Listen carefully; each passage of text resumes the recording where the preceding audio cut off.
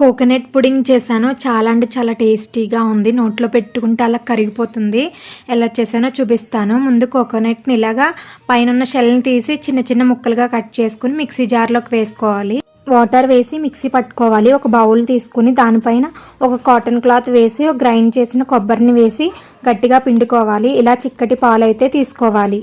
తర్వాత 2 spoons cornflour వేసుకొని బాగా మిక్స్ చేసుకోవాలి ఉండలు లేకుండా. తర్వాత స్టవ్ మీద ఒక కడాయి పెట్టుకుని కొబ్బరి పాలు వేసుకుని కలుపుతూ ఇలా తిక్కుగా అయ్యాక టేస్ట్కి సరిపడా షుగర్ వేసుకోవాలి. కంటిన్యూస్ గా కలుపుతూ ఉండాలి సిమ్ లో పెట్టుకుని, లేకపోతే అడుగున అంటుకుపోతుంది. ఇలా దగ్గరగా అయిన తర్వాత ఒక బౌల్లోకి అయితే తీసుకోవాలి. ఒక అరగంట ఫ్రిడ్జ్ లో పెట్టుకుంటే ఇలా థిక్గా ఫామ్ అయిపోతుంది. అంతే, కోకోనట్ పుడింగ్ లేదా కొబ్బరి జున్ను తింటుంటే నోట్లో అయితే అలా కరిగిపోతూ ఉంది. చాలా అంటే చాలా టేస్టీగా ఉంది. మీరు కూడా ట్రై చేయండి. వీడియో నచ్చితే లైక్ చేసి ఛానల్ని సబ్స్క్రైబ్ చేసుకోండి.